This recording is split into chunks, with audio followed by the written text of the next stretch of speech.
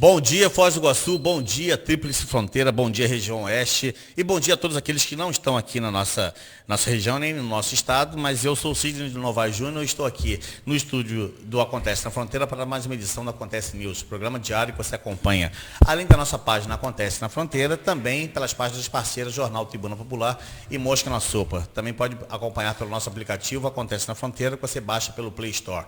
Hoje, sexta-feira, que dia é hoje? Hoje é 14/6. Hoje é 14/6, dia do Mundial do Doador de Sangue. Então, quem já doou sangue, parabéns. Quem pretende doar também, parabéns. Viu? Estou aqui com o Marco Silva, meu fiel colaborador, fiel escudeiro. Marco Silva, bom dia, meu querido. Bom dia, Sidney. Bom dia ao nosso convidado, a todos que nos acompanham, os que nos amam e os que odeiam também. Olha, eu vou te falar uma coisa, Marcos. Impressionante o número de visitantes hoje do programa. Nós nem começamos, não temos 1 minuto de programa e nós já batemos pelo menos o recorde de visitação. Sim. E batemos longe, viu? E quero agradecer a todos vocês que estão acompanhando, porque a presença de hoje é de uma figura muito ilustre para nós. Sidney, então estado... sem mais delongas, vamos já apresentar o nosso convidado? Bora lá? Calma, tá completa, cara. O pessoal tá subindo a audiência, eles querem ver. Calma, temos aqui a honra de receber o deputado federal Paulo Martins. Deputado, muito obrigado pela sua presença, pela sua visita. Bom dia, Sidney. Bom dia a todos que estão nos acompanhando. Eu estou muito feliz em estar aqui, visitando Foz do Iguaçu. Sempre muito bem recebido. Essa cidade tem uma vivência muito própria, né? Região, particularidades, essa região de fronteira, eu acho isso tudo muito encantador. E poder falar, eu estou um pouco incomodado com o microfone vermelho, porque em dia de greve geral isso pode soar muito mal, mas a gente supera isso. Se precisar um bonezinho da CUT, nós temos também. Deputado, em meu lugar, muito obrigado pela sua presença, pela sua visita, por se dispor a falar aqui com a gente alguns minutinhos. Tem alguns temas polêmicos nos quais o senhor esteve envolvido, né, presente, principalmente a votação da MP 871, a 871, famosa MP que versa sobre as fraudes no INSS. O senhor poderia falar um pouquinho sobre essa MP? Posso. Essa MP acho que me tirou uns 5 anos de expectativa de vida, tá? Também o desgaste e o trabalho que teve que ser feito para poder aprovar essa medida. A medida é a MP mais longa já editada. Tamanha a complexidade do tema, que o objetivo dela é combater as fraudes no INSS. O Brasil é assim, ele é repleto de quadrilhas que assaltam a autarquia que paga benefícios previdenciários. É uma coisa surreal, não é uma coisa de um lugar normal. O sujeito... E outra, não é só quadrilhas, não, indivíduos que falsificam documentos, fornecem informações erradas, fraudulentas, para tentar receber um benefício indevido. Então, essa medida veio corrigir uma série de procedimentos, veio para estabelecer um programa de revisão de benefícios com indícios de irregularidade, porque são tantos que o INSS não tem condições em seu aparato normal de fazer a revisão de todos esses processos. Nós estamos falando de quase 4 milhões de processos com indícios de irregularidade. São 4 milhões de pessoas que estão recebendo e que podem não ter esse direito. Então, foi criada uma espécie de força-tarefa. A MP autoriza o pagamento por produtividade extra aos técnicos, peritos, analistas que vão fazer essa revisão de processo para averiguar se há irregularidade, é cancelado, se não há, segue pagando. Então isso já deve reduzir bastante um número significativo aí de fraudes. E uma mudança muito significativa, Sidney. Você sabe que para aposentadoria, chamado segurado especial rural, até então, um dos meios de prova era uma declaração do sindicato. A pessoa ia lá no sindicato, sou trabalhador rural. O sindicato, se fosse sério, ia fazer mais perguntas, se não fosse sério, ele dava. E aí era uma prova importante para obter esse benefício. Agora não é mais. O sindicato está fora do jogo. Não é mais necessário essa declaração. A pessoa vai, procura o INSS ou órgãos que vierem a ser conveniados e vai fazer uma autodeclaração e pronto. Vai ser cruzado com o banco de dados. Se tem direito, era trabalhador rural, está aposentado. Se não é, não está. Ele vai poder, claro, contestar depois, mas sem sindicato. Então, a resistência sindical a essa medida foi muito grande. Mais uma vez, né? Está sempre eu de um lado e os sindicatos do outro. É impressionante. Deputado, eu não sei se o senhor se lembra, e eu não vou nem questionar a sua idade, porque me parece uma pessoa bastante nova para talvez se lembrar desse episódio. Mas acredito que tenha sido na década de 1980 ou 1990. O caso de uma advogada que fraudou o INSS em coisa de, acho que 50 milhões de... A dona Georgina. Georgina de Freitas, exatamente. Então, o senhor se lembra? Me lembro. Eu não lembro qual foi a década exatamente. Foi no início dos anos 90. Início dos anos 90, né? Exatamente. E de lá para cá, ninguém elaborou um mecanismo para tentar evitar essas fraudes, porque o rombo foi gigantesco. Sim, o rombo foi gigantesco. E antes dela teve outros. Sempre teve. Mas a gente tem que ser justo. A autarquia mesmo, o próprio INSS, ele tenta desenvolver mecanismos o dia inteiro. Tem muita gente séria lá. Nesse período da MP, eu trabalhei muito sincronizado com eles e pude conhecer. Os caras, tem muita gente séria na direção do INSS, trabalhando mesmo, buscando mecanismo. Mas muita coisa precisa de base legal para fazer. E aí tem que aprovar no Congresso. E aprovar as coisas no Congresso nem sempre é fácil. Aliás, é sempre muito difícil, porque até tem que ter uma certa rigidez legal para dar estabilidade jurídica, é claro, mas os populistas e aqueles que não têm compromisso real com o país e apenas com seus próprios mandatos, ele às vezes nega aprovar matéria que é de suma importância para o país. Nesta, eu tive muita dificuldade para aprovar. 5 anos? Não, o que 5 anos você diz? O senhor falou em 5 anos que levou para editar essa medida? Não tem, acho que está confundindo, eu não disse isso, eu disse que ela é uma medida muito extensa. Mas eu levei muito tempo para conseguir aprovar e muito trabalho, porque imagine, os sindicatos estão fora da concessão da aposentadoria especial rural. Certo. Todo partido tem um sindicalista. Não tem? Claro que tem. Se você for ver lá, quase todos os partidos têm um sindicalista. Esses caras vão, ocupam a comissão, que é o filtro da matéria, e ficam travando e não querem aprovar. E você tem que lidar com isso, driblar isso, fazer uma articulação política que significa organização, tem nada a ver com negociata, como algumas pessoas pensam, para poder aprovar. Vários pontos dessa medida 871, o governo Lula tentou aprovar e não conseguiu. Não sei se era o foco deles conseguir também, mas perderam. E hoje nós trabalhamos contra eles, a resistência toda deles, e conseguimos essa aprovação. Nós estamos falando, Sidney, de uma economia, como o assunto muito é a reforma da Previdência, e o prazo estabelecido sempre 10 anos para as pessoas enxergar, porque é um problema até geracional. Nós estamos falando de pelo menos 100 bilhões de reais em economia com a aprovação dessa medida provisória. 100 bilhões de reais. Isso é mais que um Paraná. São números estarrecedores, digamos. São números estarrecedores. Eu ontem estava conversando com meu irmão, ele é advogado trabalhista, e falamos a respeito do funcionário público. Eu sou funcionário público, aposentado, né? E tenho a minha aposentadoria, graças a Deus, era integral, em razão da função que eu exercia.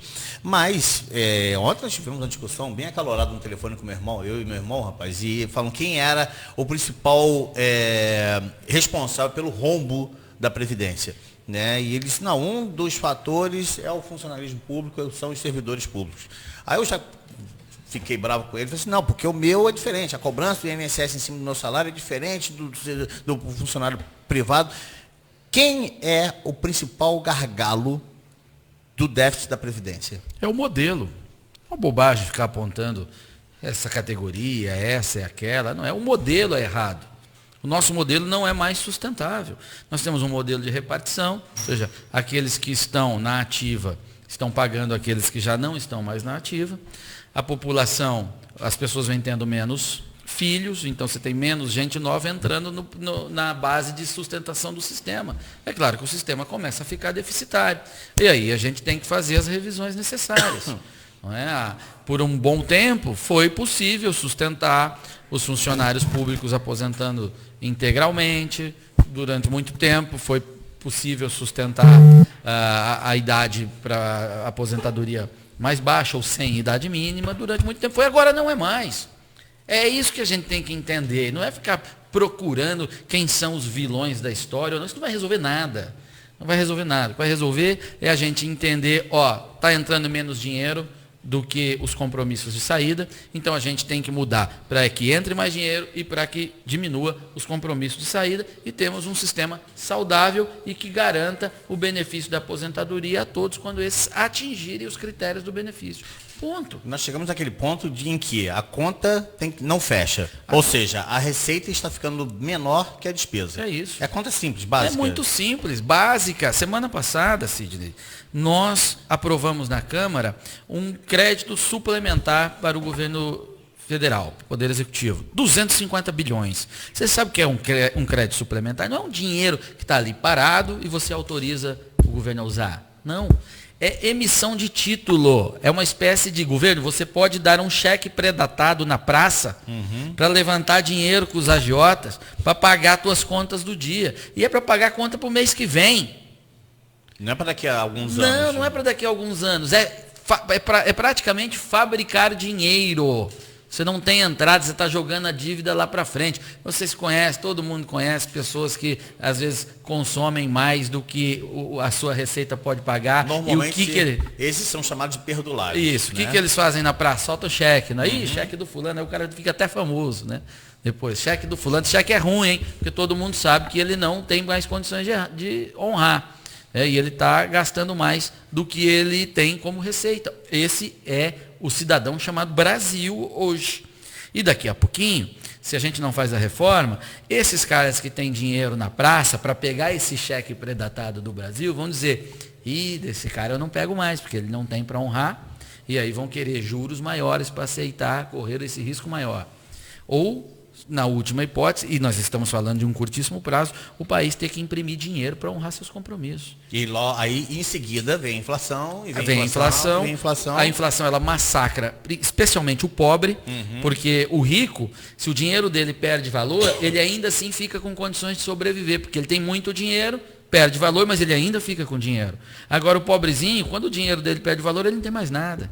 E aí ele passa muita dificuldade. Nós já tivemos aqui uma hiperinflação nos anos 80. Quem viveu nessa época, lembra, eu era criança, mas eu lembro o bullying na escola para chamar o cara de playboy, ninguém nem usava essa frase, playboy, era dizer, você come carne todo dia.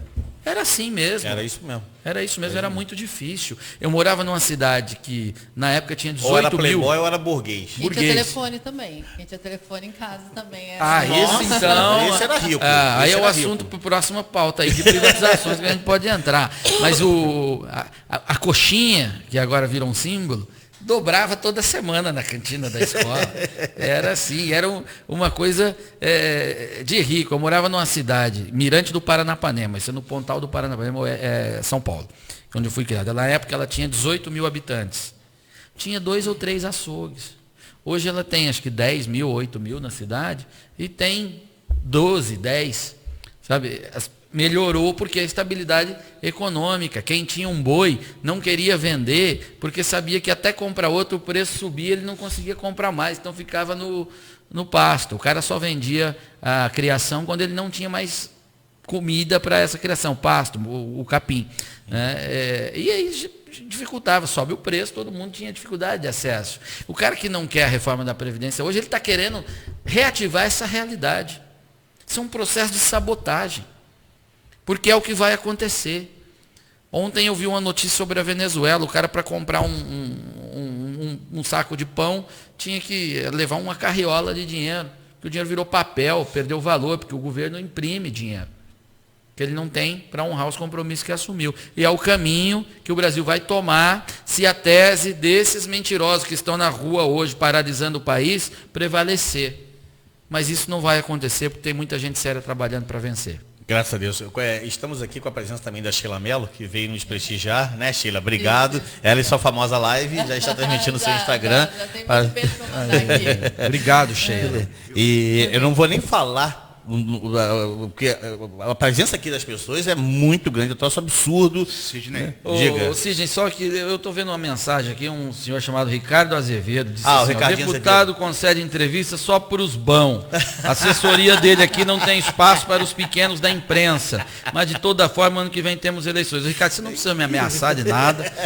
É só você me ligar, você não me ligou, me liga, eu falo com todo mundo. Não entendi a tua raiva aí, cara. Você deve estar brigado com o Marcelo Angeli. Isso aí é problema de vocês. Você não vem agora jogar pro meu colo isso não. Me liga que eu falo contigo. Ricardinho Azevedo é um parceiro do Jornal Novo Tempo aqui. Nossa. Eu aproveitando o gancho, assim, ao vivo, que não dá para correr, a Sheila Mello e o Sidney Novaes estão convidados a assinar a ficha de filiação no Partido Social Cristão com abono do deputado Paulo Martins. Certo? Você sabe que eu tenho um pequenino problema pelo qual eu ainda não posso assinar, né? Mas futuramente a gente pode pensar seriamente. Me sinto Ainda é cedo. honrada com o convite, mas sou militar. Não pode.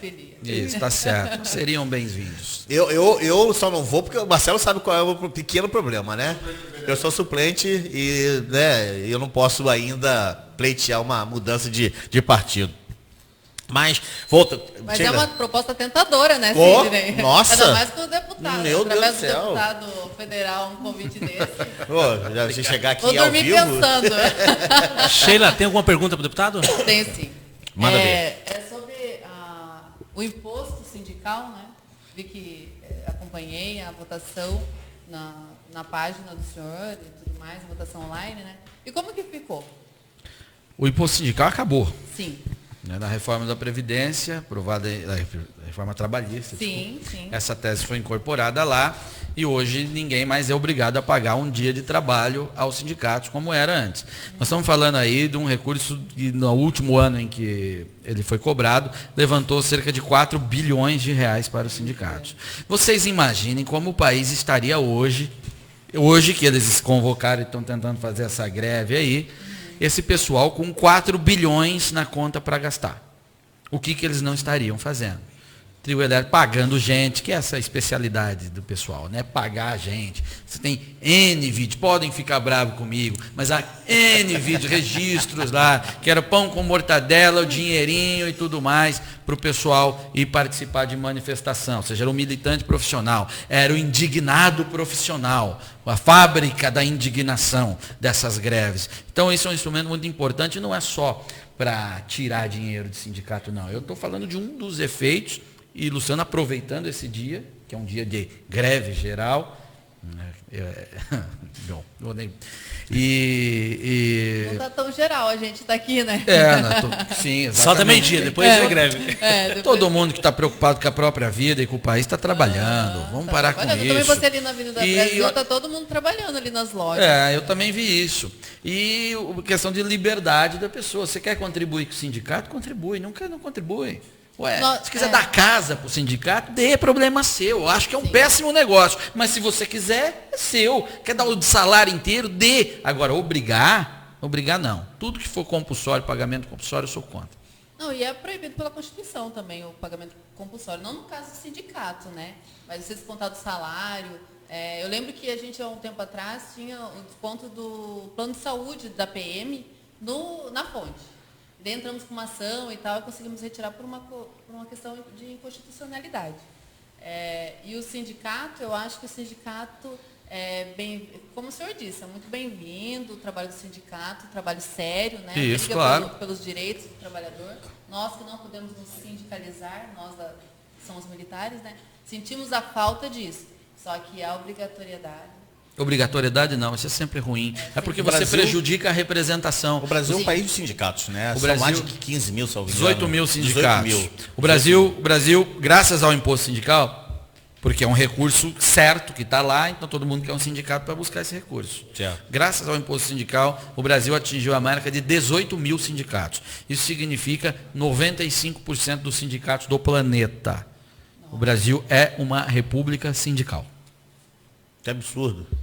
Nos Estados Unidos, acho que não chega São 200 é isso. e Porque não tem tantos. estímulo E tem, monetário. não tem. Então só sobrevivem aqueles que os trabalhadores acham realmente necessários. Sim. Então só ficam os bons. Você cria uma boa seleção natural. É igual um supermercado, um açougue, qualquer uma outra coisa. Se obriga você a consumir aquele produto, o serviço vai ser uma porcaria. Enquanto no Mercado Livre você tem todo mundo lutando para te oferecer o melhor serviço pelo preço mais baixo. E assim sobrevive aqueles que são bons. Então, o imposto ele prejudica o trabalhador. Além de lesá-lo, é tomar um dinheiro dele, prejudica a representação. Então, eu não sou contra sindicato. As pessoas querem se associar, se organizar da forma que eles quiserem. Ótimo, liberdade plena. Eu sou contra ser obrigado a pagar. Deputado, voltando um pouquinho à questão do INSS, nós sabemos que os valores devidos por grandes empresas beiram, assim, a casa de bilhões de reais. A pergunta é, quando essas empresas, essas grandes empresas, e são bancos que depois vão se tornar fiadores do governo, né, no empréstimo de garantias para que honrem seus compromissos, são bancos, são empresas, emissoras de TV, são grandes empresas. Quando essas empresas também terão que assumir o compromisso de pagar, quitar sua dívida com o INSS? Há um tanto de mito nessa história. Tá? As dívidas, elas existem, óbvio. Muitas delas já estão em processo de cobrança. O cara não simplesmente não pagou e está lá em paz. Não, há judicialização disso. A empresa às vezes não paga porque ela conseguiu liminar e tal, e não está recolhendo. Tem aquela que não recolheu mesmo. E a via do Estado cobrar é uma via judicial. Então, há em discussão sobre isso. Esse é um ponto. A proposta do governo já contempla mecanismos de agilização para a cobrança dessas dívidas. Tá? Ninguém lá está tentando encobrir, proteger devedor. Isso aí é mito de quem está querendo usar argumento para não aprovar a reforma. Então, a proposta vai sim em cima dos grandes devedores.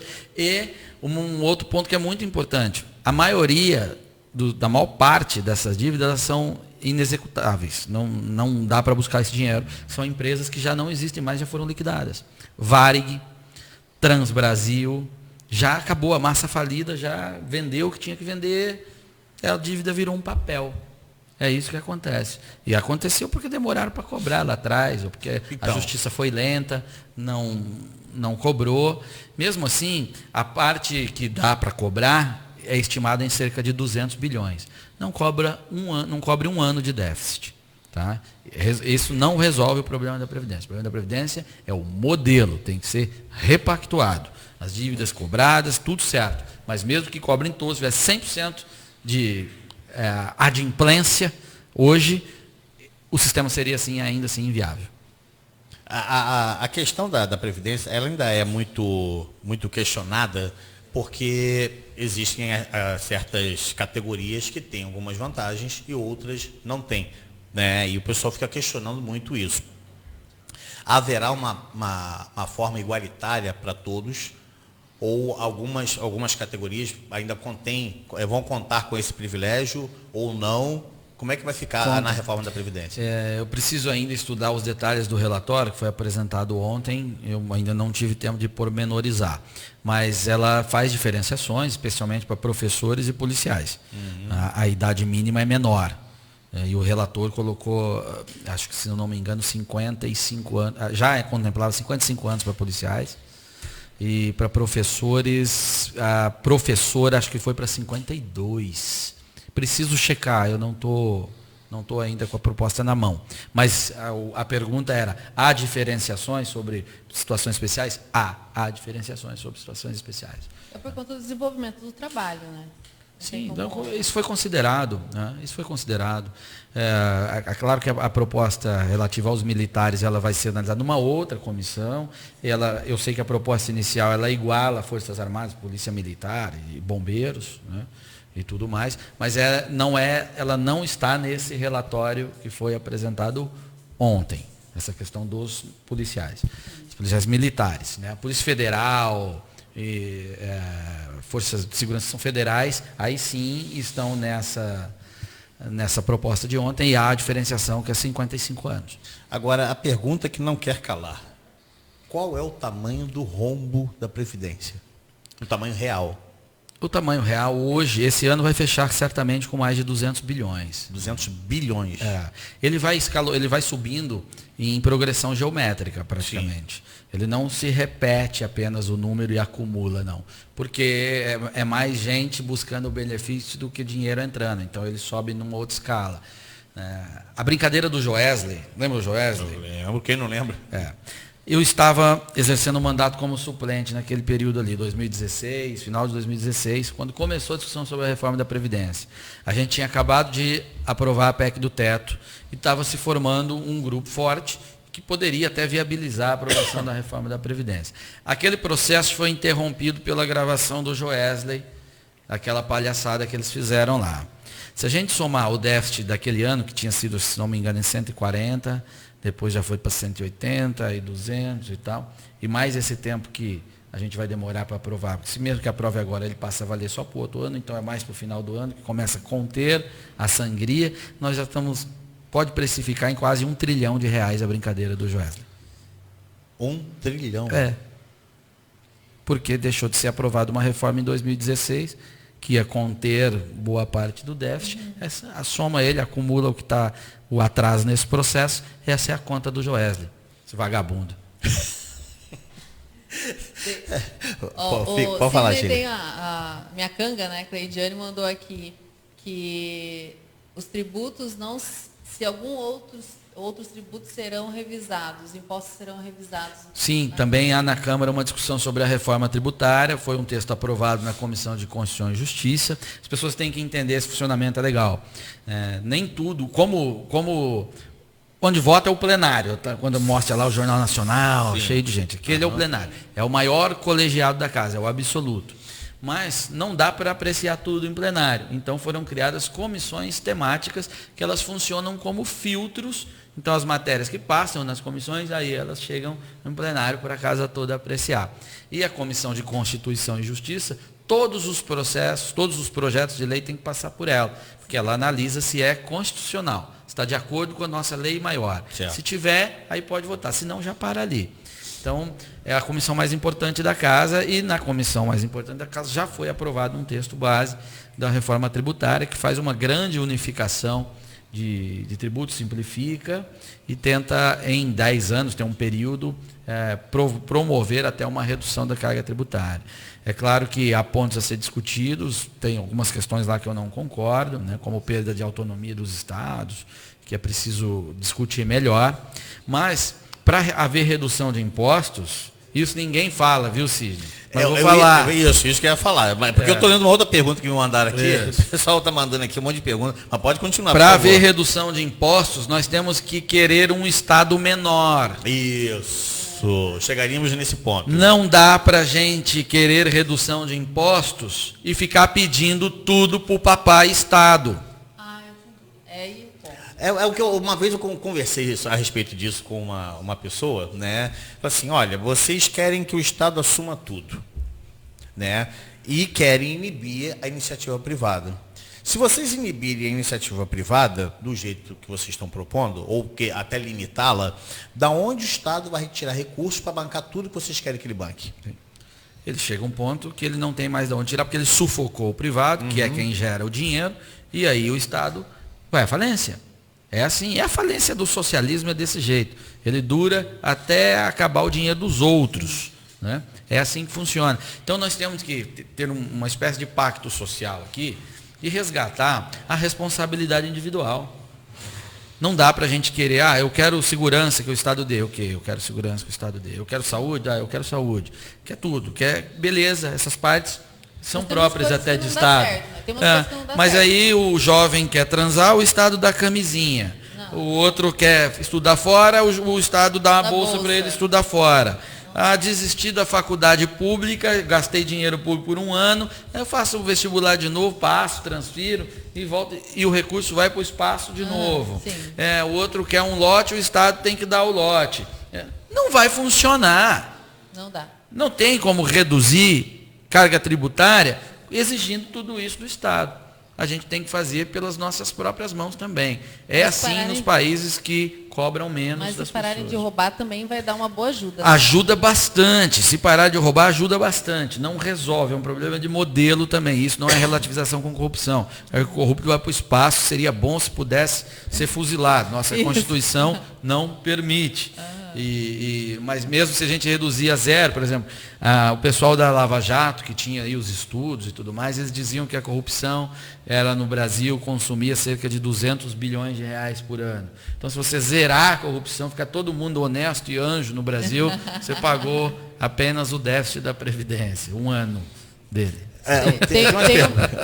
Tem um monte de pergunta, né? Posso? Pode, por favor. Eu vi que uma das frases mais comentadas do senhor nas redes é sobre o STF, ele legislando, né? E aqui também outra pessoa mandou aqui, o Ivan Valeriano 59 mandou. Pergunta para ele o que ele acha sobre o STF legislar. É um absurdo. O STF hoje é o principal centro de instabilidade da nação. Quando eles fazem isso, eles estão usurpando o poder legislativo, e aí não é uma vaidade de deputado, o deputado está bravo porque... É uma questão de competência. Questão de competência, aí veja, você desequilibra todo o pacto social, o pacto político. O que é isso? O que é o pacto social? Quem é ele? Onde ele está escrito? Ele é a Constituição. A Constituição está lá, aquele é o pacto da sociedade brasileira.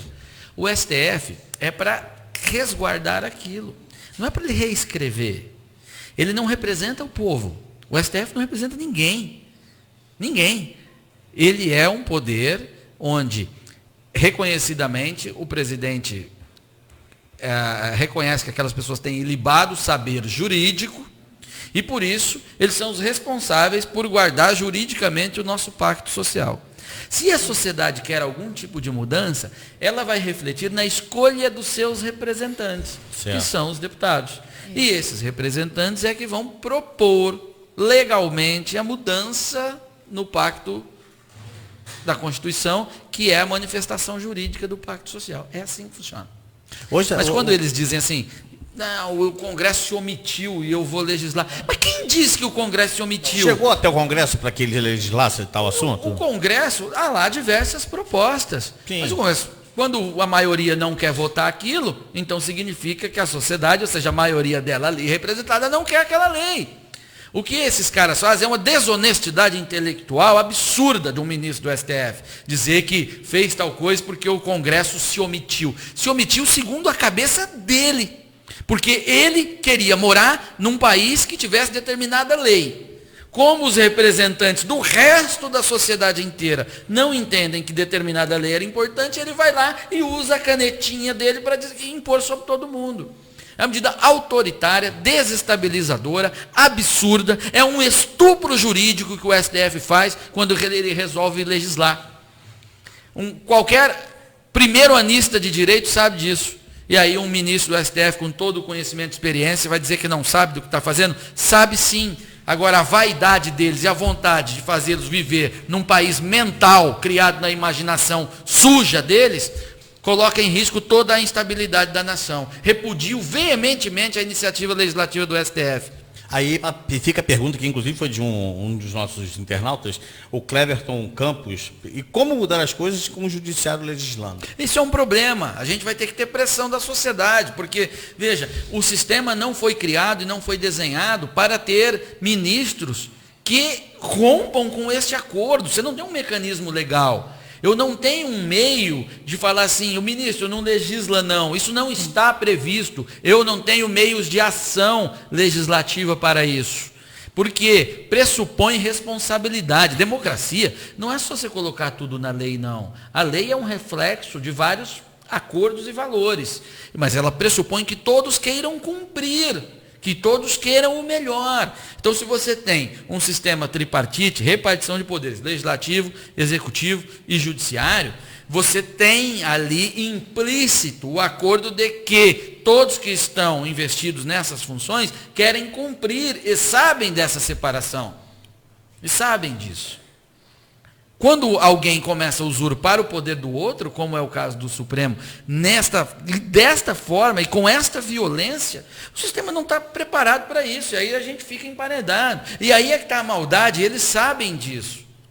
E por isso fazem. Usa o seu poder de coerção para coibir qualquer outro tipo de levante a respeito disso, e a gente fica numa situação super difícil. Há uma tentativa de discussão disso na Câmara, há um projeto de lei que faz ali uma previsão de usurpação de poderes e tal, mas vou trabalhar por isso, óbvio, mas eu tenho dúvidas se vai haver eficácia, porque pode chegar no STF e os bonitões lá, os togados, dizerem apenas, não, isso aqui não se aplica, e não se aplica. Eles rasgaram a Constituição isso que eu ia várias falar, vezes. vezes. No processo de admissibilidade do impeachment, rasgaram a Constituição. Eu desafio qualquer um dos 11 ministros a dizer que havia um duplo grau de admissibilidade no processo. Porque era assim, a Câmara foi lá e votou sim, eu admito o processo. O Barroso, o pessoal foi lá e colocou, não, o Senado tem que admitir também. Isso não estava escrito na Constituição, não era assim. A Câmara admitia, o Senado processava, era um processo complementar. Salvo engano, do Collor não foi assim, né? Não foi assim. Aí eles colocaram lá que tinha que haver admissibilidade do Senado. Ou seja, inventaram um duplo grau de admissibilidade. Absurdo. Já escreveram a Constituição ali naquele momento. E depois, na sessão do Senado, presidida pelo Lewandowski, que a Constituição manda isso, o presidente Supremo vai lá e preside aquela sessão, ele permitiu que votassem separado a cassação da Dilma e a cassação dos direitos políticos. Isso é um absurdo. E não é porque eu tenho raivinha da Dilma, porque eu acho a Dilma ruim, que tem que caçar os direitos políticos dela. Não é.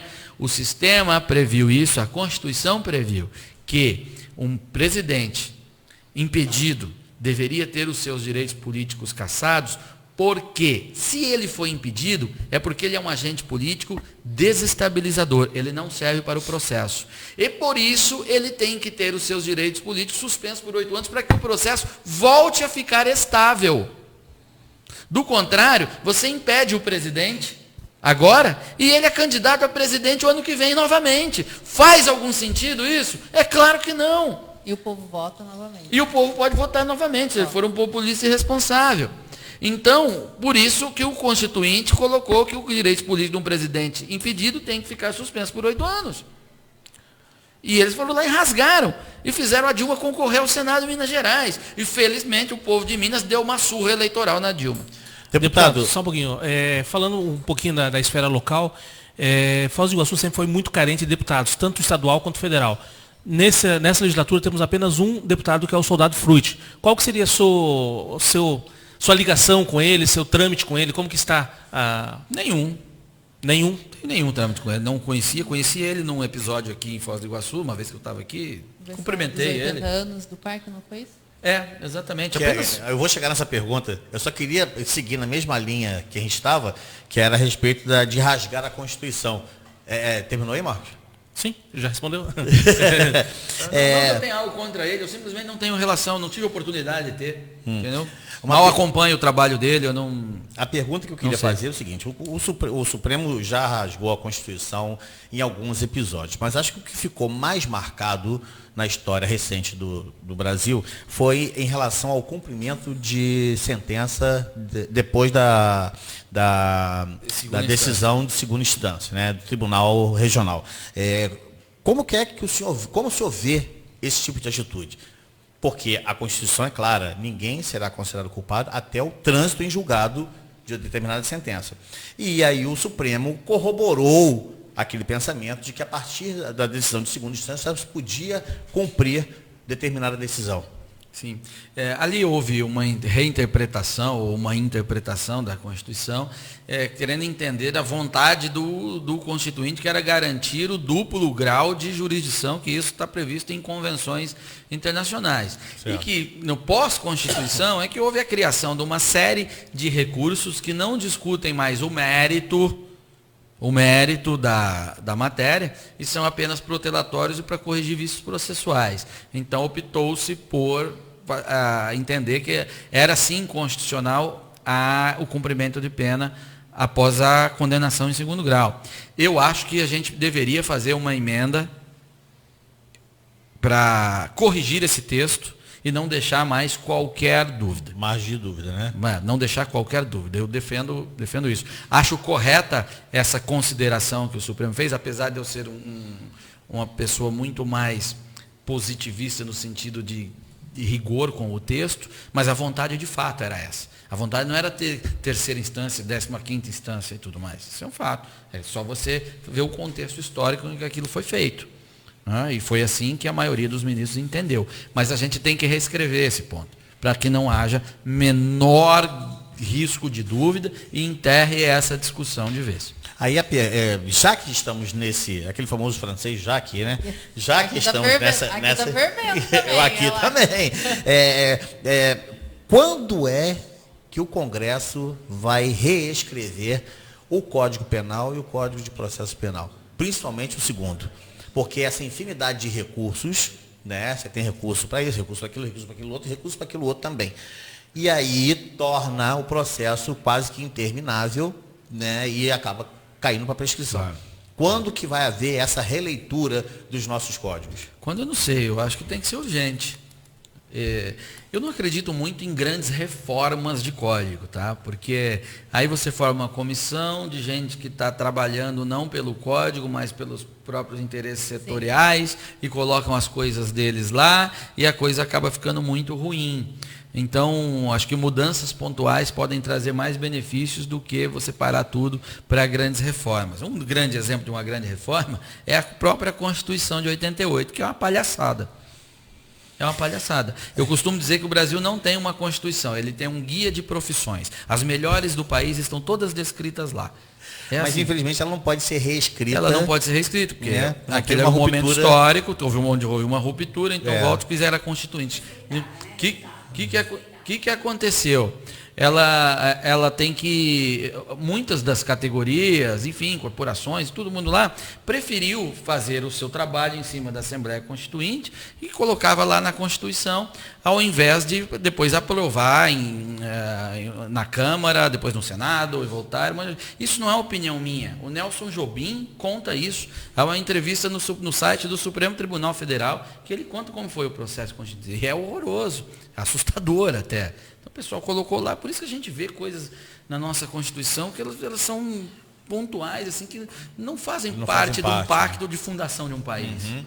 Ela é muito estranha. Mas ela está lá e a gente tem que respeitar. E o que tiver que mudar nela, a gente tem que mudar pelos processos que estão previstos nela mesmo.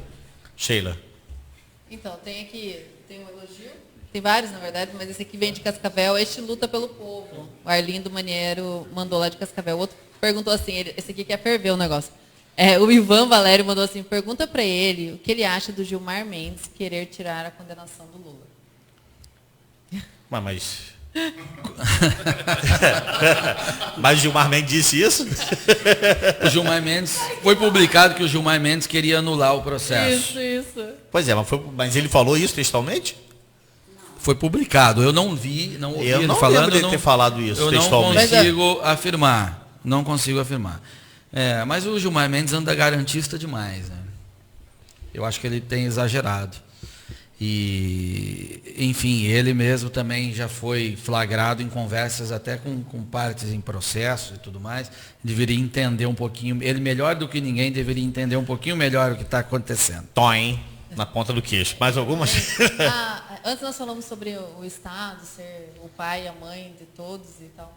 Qual que é, o senhor falou sobre a parte das faculdades e da educação. O senhor acha que não é necessário o Estado financiar essa parte da educação?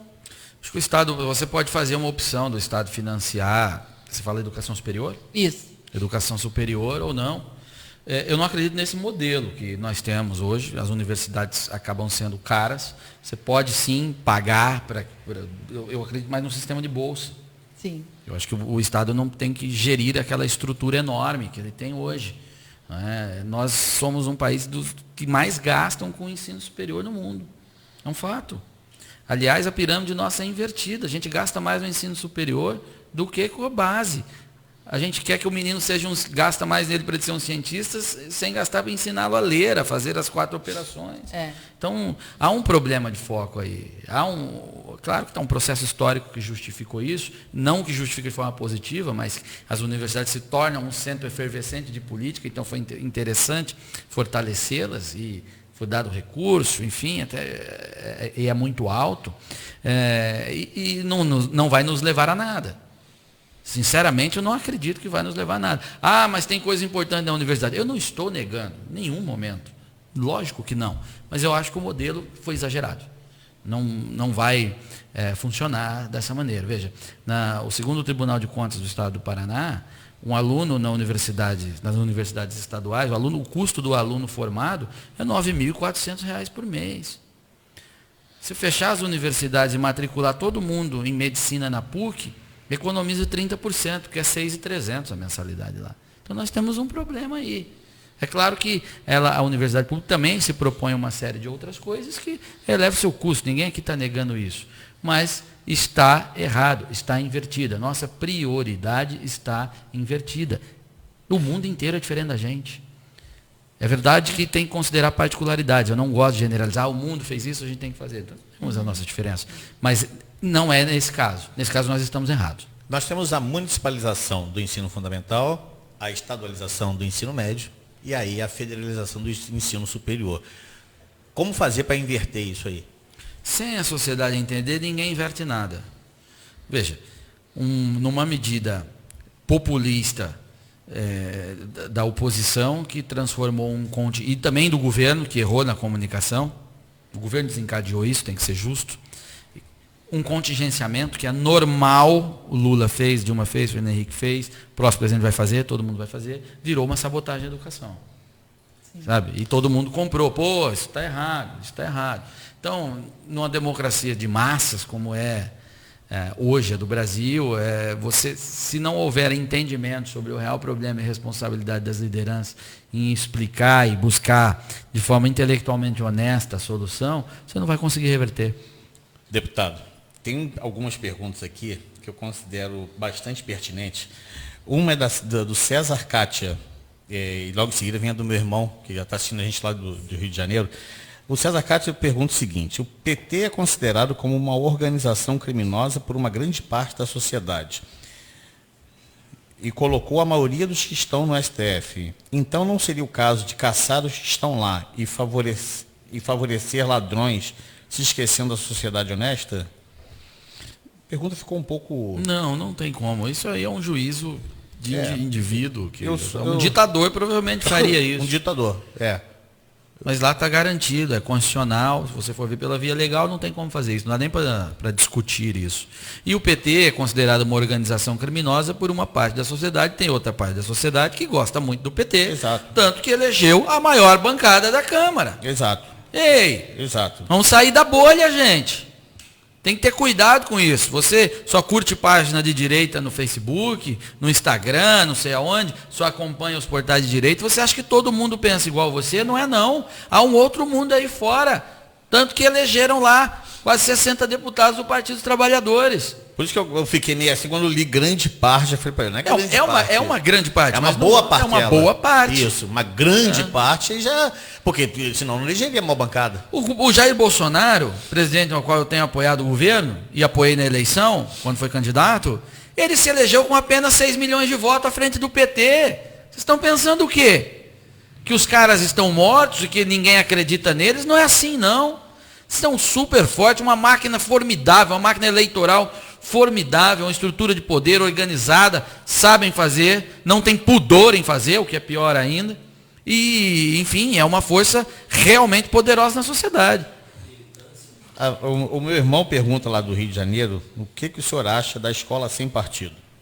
Escola sem partido, eu entendo como um movimento super importante e muito mais eficaz do que aprovar um projeto de lei. Se aprovar a lei, aprovou, está tudo certo.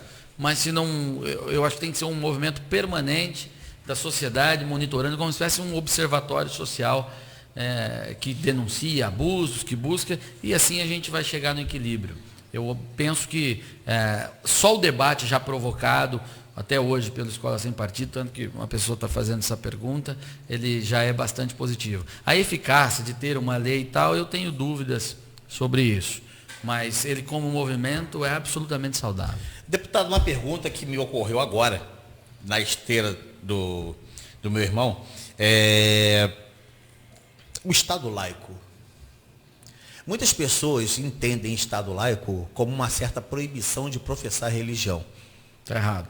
Pois é, eu canso de dizer que o Estado laico é aquele que não tem uma religião oficial. Mas tem algumas pessoas que demoram para entender ou não querem entender esse tipo de coisa. A sua opinião, dá para esclarecer isso finalmente para o pessoal? Mas não é nem opinião, é conceituar, né? O Estado é laico, não é laicista. O Estado laico é a garantia de todas as manifestações religiosas. Todas. É garantia, não é vedação, não é proibição, é garantia de manifestações religiosas. Tem alguns até membros do Ministério Público que entendem diferente. Um boçal lá em São Paulo tentou, não, tem que tirar a frase Deus é louvado da cédula. Não, o animal.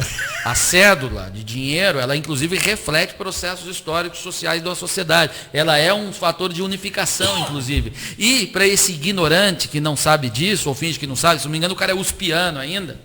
O Brasil é um país fundado pela ordem de Cristo. Você goste disso ou não? Aquela cruzinha lá na caravela dos caras era a cruz da ordem de Cristo.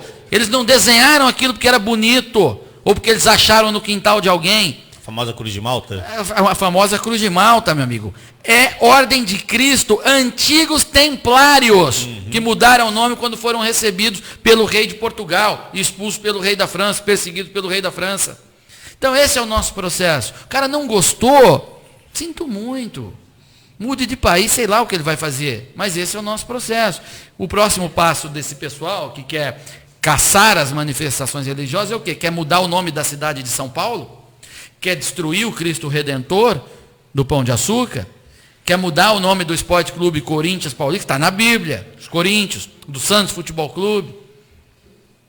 E tem várias manifestações e organizações que são inspiradas no nosso processo histórico, que é cristão. A cidade do Rio de Janeiro também tem um nome cristão, porque ela é São Sebastião do Rio de Janeiro. Exatamente. Então é mais uma que seria mudada. Então é uma tolice desse pessoal. Né? Para, enfim, matar novamente, o Estado laico é garantia de manifestação religiosa, não o contrário. Sheila.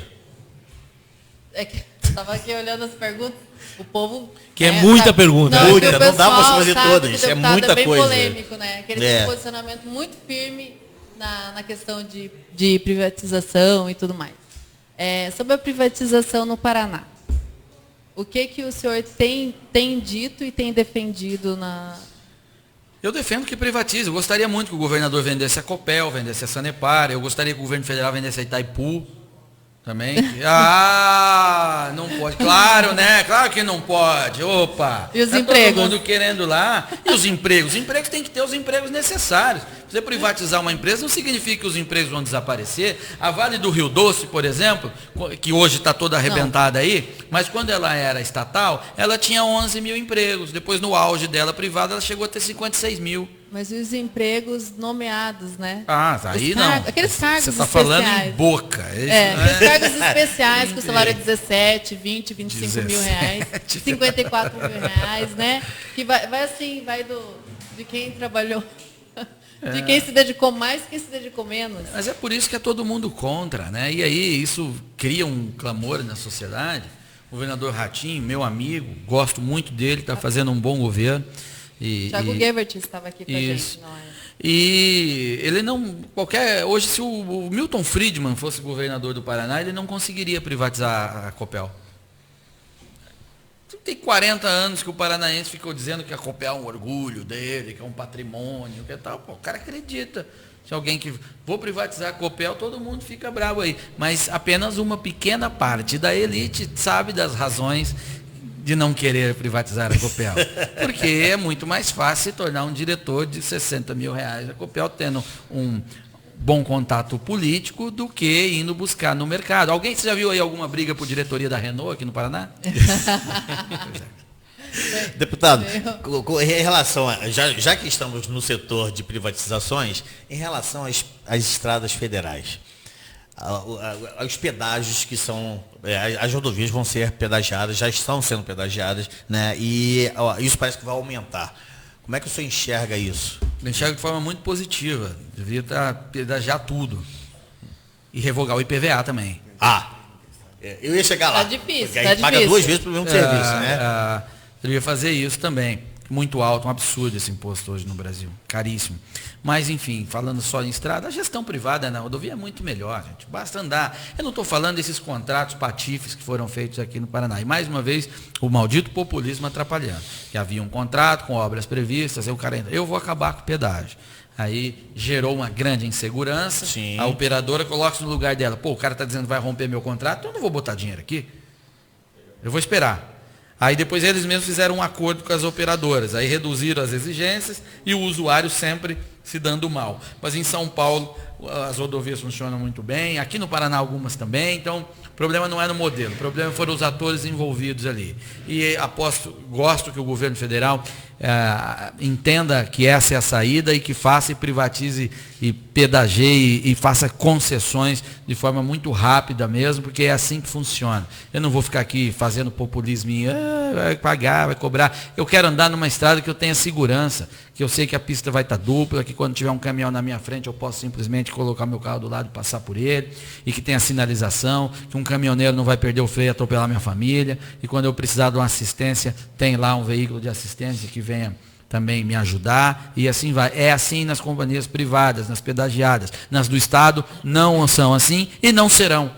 E não serão. Então, como eu sou um cara que não tem ilusão das coisas, sou um realista duro, mal-humorado, eu quero que pedageie, eu pago e chego em paz e pronto. Deputado, uma pergunta que o Fábio Santos fez lá atrás e eu não tive a oportunidade de fazer, mas agora acho que chegou o momento. Em relação à famosa Estrada do Colono aqui no Parque Nacional do Iguaçu. Seu posicionamento frente à possível reabertura dessa estrada e o seu entendimento dos reflexos se ela for reaberta. Inclusive, só atualizando a informação, que a Itaipu se manifestou que é a favor de, inclusive, bancar a reabertura. Não, legal. Nossa última, tá? Eu tenho um compromisso em seguida. E a gente até já devia ter ido, mas o papo tá bom e aí... Conversa boa é boa, né? Que bom. Fico lisonjeado. Obrigado. Não, meu posicionamento, a Estrada do Colono foi fechada, eu entendo, por um exagero ambiental. É possível conciliar. Veja, o ser humano ele não é invasor do planeta Terra. Não é invasor. Ele também é natural aqui. Ele é natureza. Então ele pode sim conciliar o uso, a exploração, o convívio com o meio ambiente. Não há problema nenhum nisso. Né? Quando se exagera, como aconteceu aí, você causou um dano maior a uma população que utiliza recursos naturais para dar a volta que ela dá hoje, que talvez cause um impacto muito maior do que se ela estivesse cortando ali aqueles poucos quilômetros da Estrada do Colono. Ainda mais agora, com tecnologias, com monitoramento à distância, de radar e tudo mais, você pode fazer a estrada, que seria, vamos falar, uma estrada parque, alguma coisa assim, né? Com toda regulamentada, com velocidade e tudo mais, passagens para os animais, e não deixar aqueles acessos da forma com que estão. Acho que é perfeitamente é possível conviver o homem com o meio ambiente. Né? Tem gente que acha que o pessoal chegou aqui de espaçonave, eu não acredito nisso. Tem gente desmatando muito mais do que... E com nenhum fim tão nobre quanto esse, né? Tem gente desmatando muito mais. A gente pega... fui da Polícia Ambiental, a gente pega desmate sempre, né? Enquanto tiraram também o poder de polícia, de punição da Polícia Ambiental, ficaram aí recorrentes a situações que não eram notificadas, não eram cobradas multa.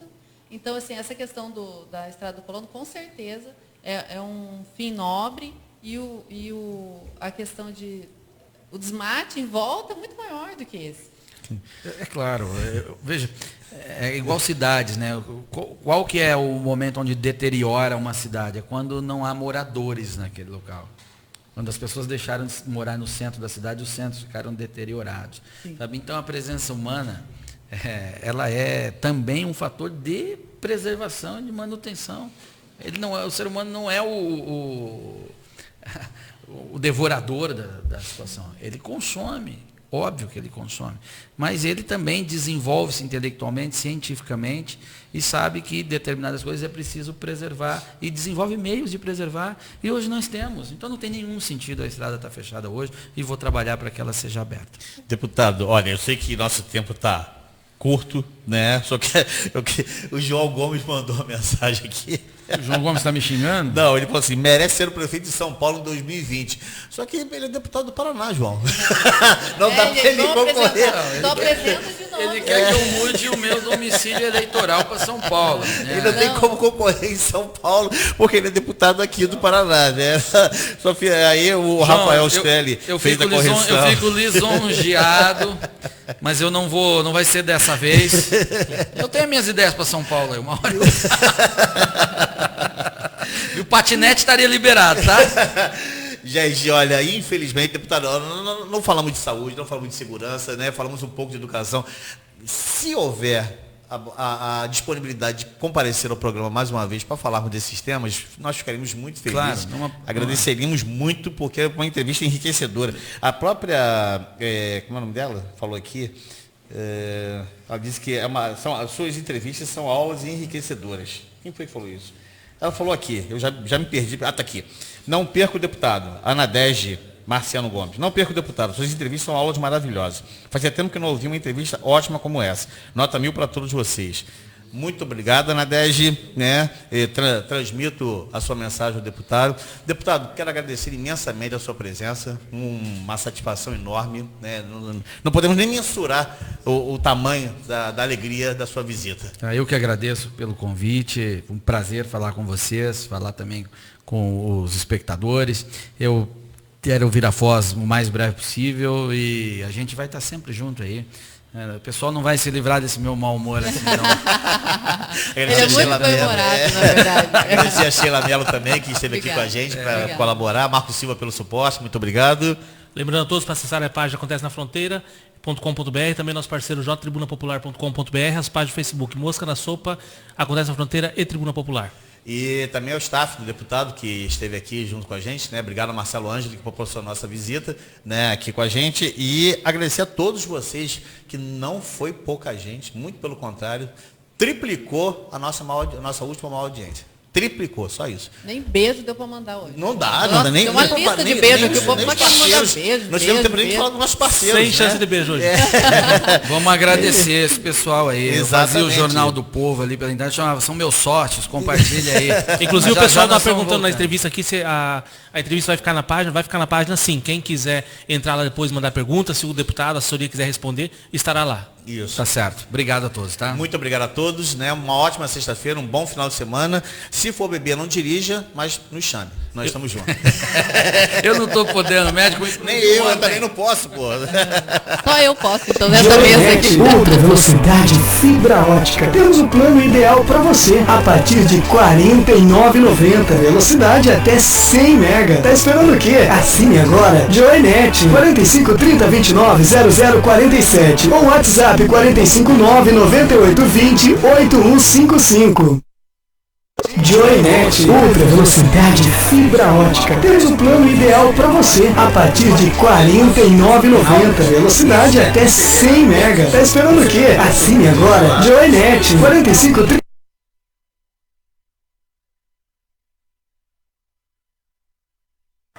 Alô, você que assiste a gente diretamente aqui no Acontece News, eu sou Sidney Novaes Júnior e estou aqui com uma das nossas queridas internautas, Mirtes Beatriz Pereira. Mirtes, você está bebendo um chopinho aí gelado, que chopp é esse? É o Queens, muito bom, desce redondo, gostoso. Olha aí, tá vendo? Quando a gente fala, a gente comprova. A gente não mente não. A gente está falando do chopp Queens porque é o melhor chopp de Foz do Iguaçu. E eu vou fazer a mesma coisa.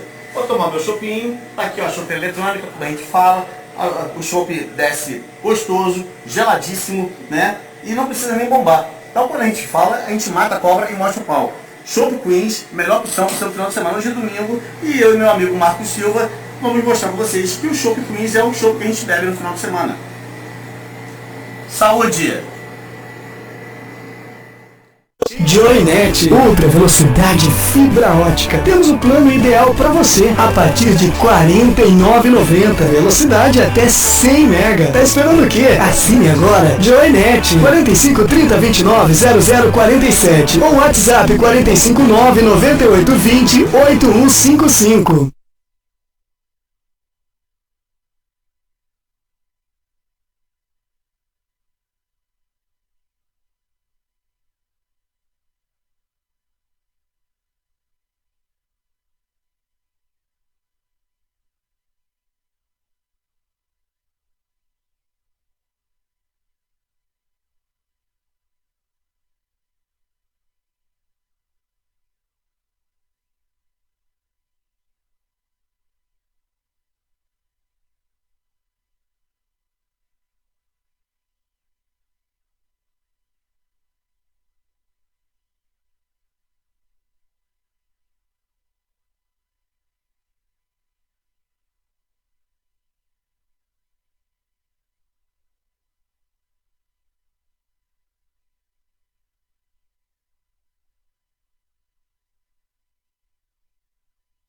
Agora perto de você, no bairro Portal da Foz, tem o Supermercado Portal, o portal da economia. Um novo conceito em supermercado com o atendimento que você merece e, claro, com a qualidade e o preço baixo para você economizar. Mix variado de produtos, açougue com as melhores carnes e a padaria com produtos sempre fresquinhos.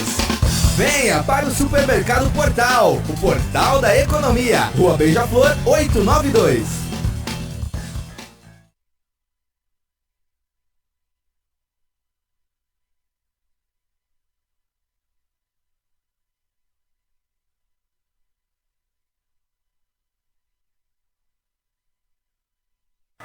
Alô, você que assiste a gente diretamente aqui no Acontece News, eu sou Sidney Novaes Júnior e estou aqui com uma das nossas queridas internautas, Mirtes Beatriz Pereira. Mirtes, você está bebendo um chopinho aí gelado, que chopp é esse? É o Queens, muito bom, desce redondo, gostoso. Olha aí, tá vendo? Quando a gente fala, a gente comprova, a gente não mente não. A gente está falando do chopp Queens porque é o melhor chopp de Foz do Iguaçu. E eu vou fazer a mesma coisa.